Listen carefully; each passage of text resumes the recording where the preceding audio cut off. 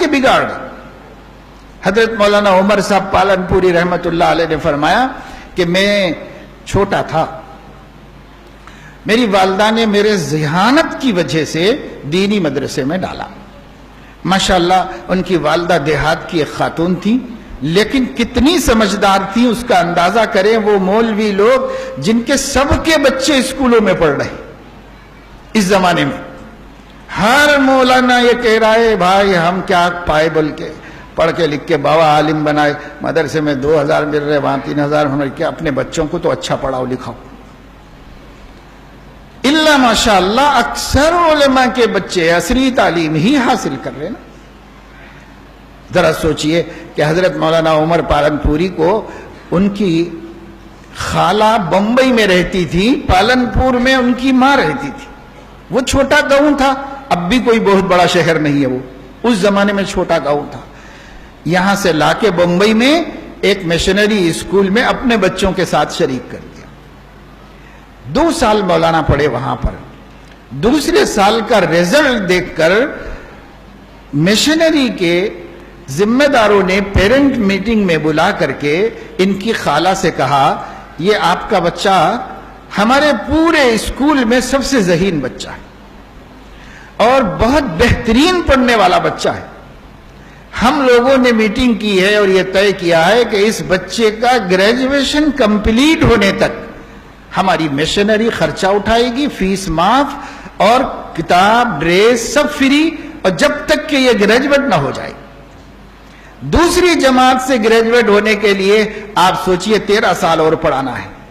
13 سال کی ذمہ داری پوری ان لوگوں نے لے لی، اتنا ذہین بچہ تھا۔ اور اس کے بعد یہ بچے کو چھٹیوں میں گھر چھوڑنے کے لیے خالہ پالنپور کو لے کر آئی اور خوشی کے مارے اپنی بہن کو بچے کے یہ کمالات بھی سنائے۔ اس کو سنتے ہی وہ دیہات کی بھولی بھالی ماں کیا کہتی ہے، آج ہم میں سے ہر ایک کو سوچنے کی ضرورت ہے۔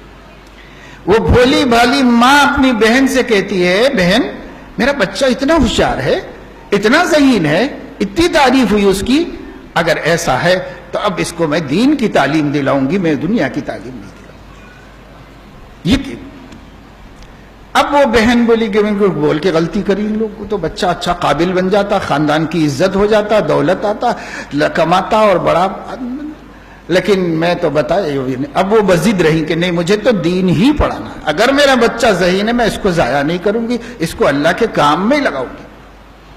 چنانچہ اس ماں کی قبر کو اللہ تعالیٰ ٹھنڈی فرمائے جس ماں نے امت کو ایسا بڑا عالم دیا، آج اس مدرسے میں ڈال دیا۔ مدرسے میں 30 ابتدائی عالم کورس میں داخلہ ملا اور وہاں پڑھنے جا رہے تھے، چھوٹی سی انجمن ہوئی۔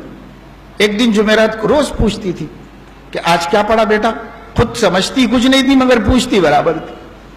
ایک دن کہنے لگے بیٹا آج کیا پڑھے، کہا ماں آج پڑھائی نہیں ہوئی، آج انجمن ہوئی۔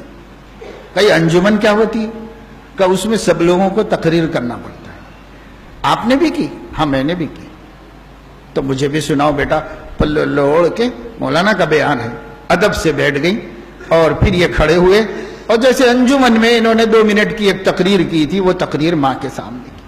تب ماں کی آنکھوں میں آنسو تھے اور یوں کہہ رہی تھی بیٹا تو ہمت نہ ہار،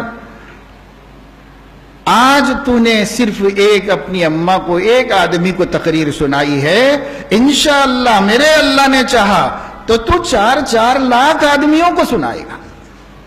یہ گاؤں کی دیہات کی ایک عورت اپنے بچے کے پہلے سال دینی تعلیم کے پہلے سال میں کہہ رہی ہے کیا نظر ہوگی، کیا توکل ہوگا، کیا اعتماد ہوگا اللہ کی ذات پر۔ جس جذبے سے اس نے مدرسہ بھیجا تھا اللہ پہ یقین تھا اس کو، میرا بچہ 4 لاکھ آدمیوں کو یہ زبان سے کیسے نکلا، اور شاید ہی مولانا کا کوئی جلسے میں خطاب ایسا ہوگا جس میں 4 لاکھ سے کم لوگ ہوں گے، کوئی خطاب ایسا ہوگا، تو اللہ پاک نے ایسا کام لیا۔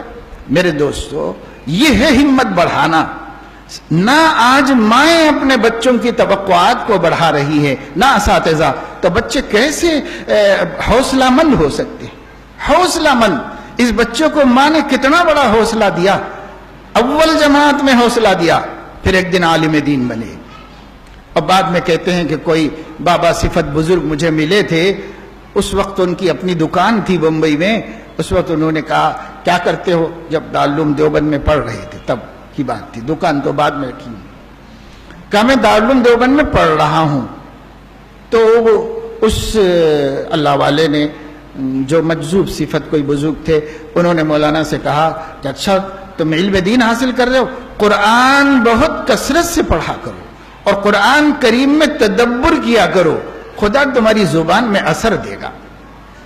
تو مولانا کہتے ہیں اس کے بعد سے میں نے قرآن میں بہت تدبر کیا، اور جنہوں نے ان کا بیان سنا ہوگا یا یہ یوٹیوب پر آج بھی موجود ہے سن لو کہ کتنا قرآن پڑھتے تھے وہ اپنے بیان میں، آدھا بیان اردو میں تو آدھا قرآن کی تلاوت، اور غضب کی آواز اللہ نے دی تھی، بہترین تجوید اللہ تعالیٰ۔ تو قرآن پڑھتے دلوں میں اتار دیتی تھی، زلزلہ پیدا ہو جاتا تھا لوگوں کے اندر جب وہ قرآن تلاوت کرتے تھے۔